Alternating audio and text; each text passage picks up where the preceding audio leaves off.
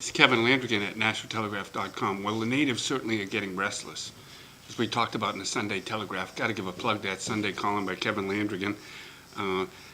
Conservative groups across the state are very upset with this plan that's emerging from the Senate that's going to be voted on soon to expand health care for low-income adults eventually using private insurance. They're not buying that it's not expansion of Medicaid. And conservatives don't like expanded Medicaid because it equates to Obamacare.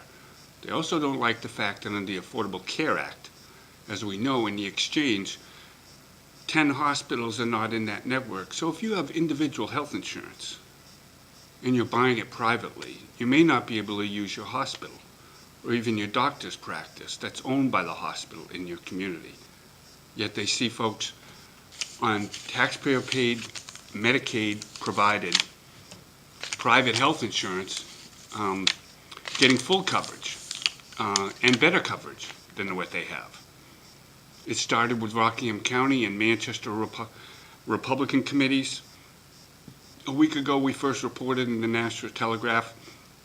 It spread this past week across the state, the Lakes region, towns of Bedford, Merrimack, Epsom, and it's growing. And Democratic Party Chairman Ray Buckley is dancing in the streets over it. Why? Republican Liberty Caucus has talked about running conservative Republicans against Senate Republicans who vote for this. Now, can those Republican Liberty Caucus candidates defeat someone like Dave Booten in Hooksett, or Nancy Stiles in Hampton, or Bob O'Dell in Leominster? The answer is no.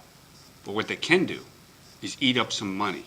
By having a primary opponent, you have to spend $4,000 or $5,000 to win that primary, maybe even more than that. And that's music to their ears, like I said, for a guy like Ray Buckley, who's got Chris Munns from Hampton, the state rep, Democrat, running against Nancy Stiles, who's got Patrick Arnold in Manchester, who ran a very competitive race for mayor, whose wife, Kathy Kelly, almost defeated Dave Booten in November 2012.